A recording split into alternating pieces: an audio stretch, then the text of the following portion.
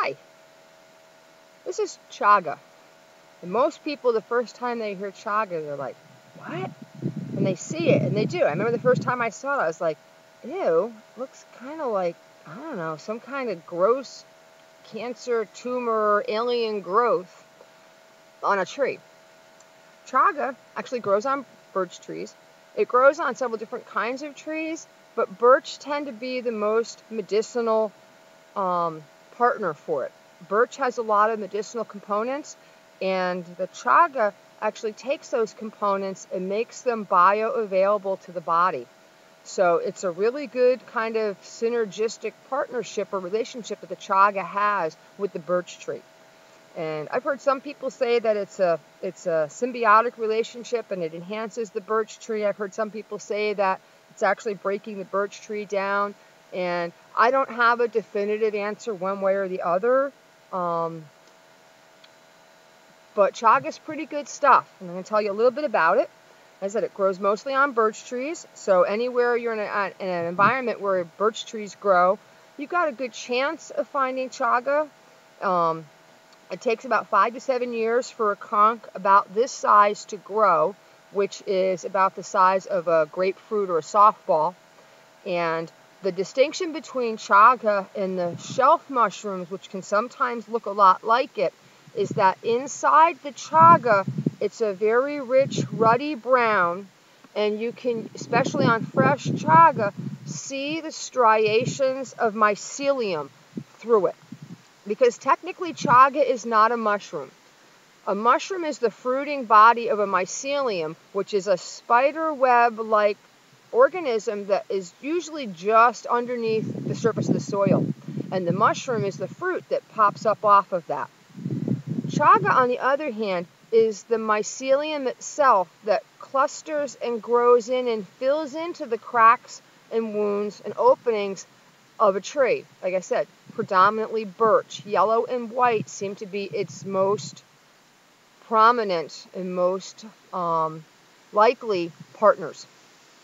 And so what it does and why it's become so popular is it's got huge immunomodulating properties, which means it will bolster your immune system if it is underactive in wherever there's a disease where your immune system really needs to kick into gear. But it will also tone your immune system down in the situation if you have too much going on, where your immune system is overreacting, where your nervous system is overreacting. It is very good for the liver. It detoxes and repairs the liver. It's being used to treat HIV, hepatitis, and other things that are systemic, but also in which the liver tends to be highly compromised. It is a blood tonic. It helps to regulate, to some extent, blood sugar levels. I think some people have used it for ADHD and other things in which mood modulating or mood stabilizing. And I don't mean in terms of an antidepressant or an antipsychotic, just that because it helps the system work and function more effectively, it helps the system to regulate itself a little more effectively. That it is an adaptogen. It helps the body cope with stress. And at the cellular level, stress is stress is stress.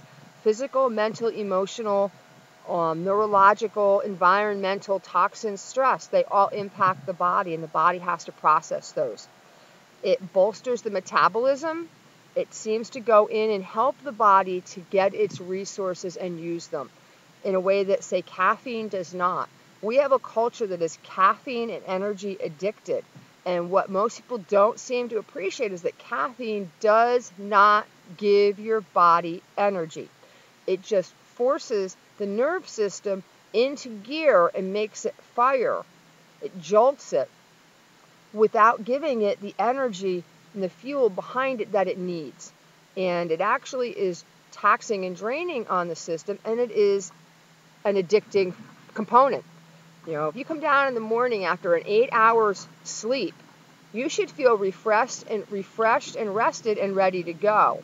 If you are in the don't talk to me until after I've had my coffee, that is drug withdrawal. That is your system going through a detox. And if a heroin addict or someone who used cocaine or crack or something else came down in the morning with that kind of an attitude, we would have them in rehab before they gotten across the room. So, we really need to become more conscientious about our addiction to false energy. Anyhow, so it bolsters the metabolism to help your body get better energy. And very often I found people said they really weren't looking for caffeine when they switched over to drinking chaga. But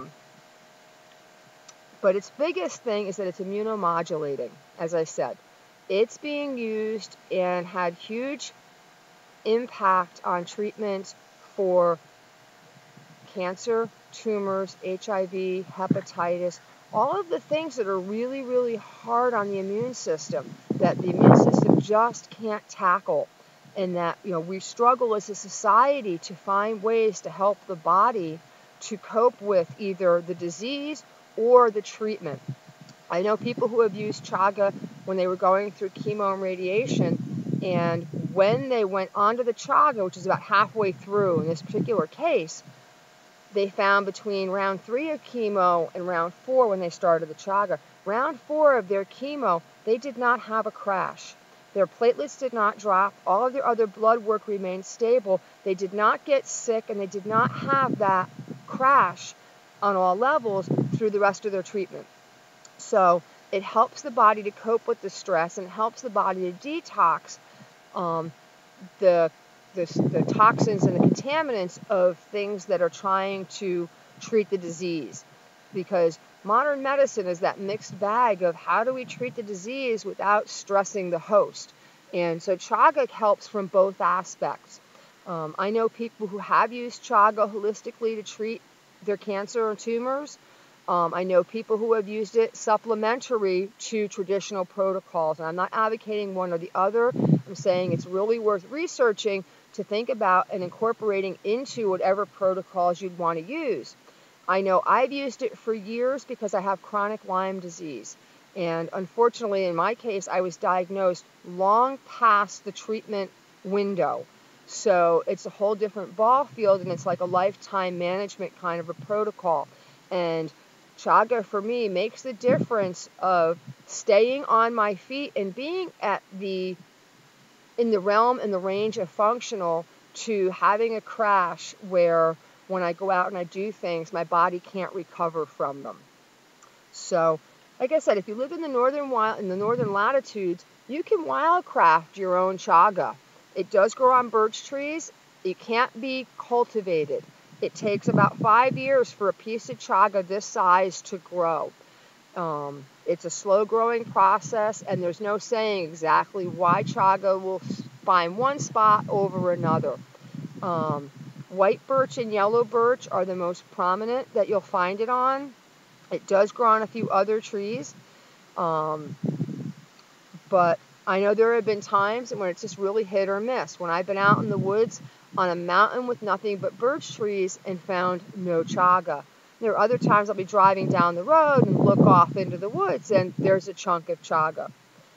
I do sell some in limited kind of quantities. I don't sell it as a full-time business. I often sell it kind of supplementary to my holistic and herbal coaching and consultations, and to people who come to me saying, hey, I really could use some chaga. I'm going through, some serious stuff, or I know someone who is really sick and would benefit from this. You can probably get it online a lot cheaper. That's great. I was just talking with a woman yesterday who came to my house to get chaga and to have a little bit of consultation and support.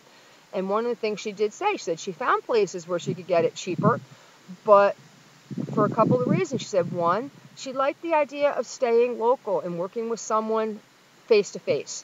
And two, she realized after we had sat down and talked for a while that there was no way she could have bought the chaga online and gotten the access to the holistic, alternative, health, immunomodulating resources and information that I had to share with her. So it was actually pretty funny because she wrote me a check and added a bonus to the cost of the chaga because she felt that she had been so blessed with the information that I've been able to help her with that she wanted to share that with me by saying thank you with a little extra bonus. That was kind of really funny, and that was very touching, and I want to send out a gratitude to her if she actually happens to catch this video. So if you have any questions, please feel free to ask. I've been using chaga for both people and for animals, predominantly with horses and for dogs. I've used chaga for helping horses recover from laminitis. It's been used for a few people that I know for recovering from tumors and cancers. And if you have any questions, feel free to ask them or post them in the comments, and I will get back to them. Have a great day and head out into the woods. It's a great excuse to go hiking. Bye-bye.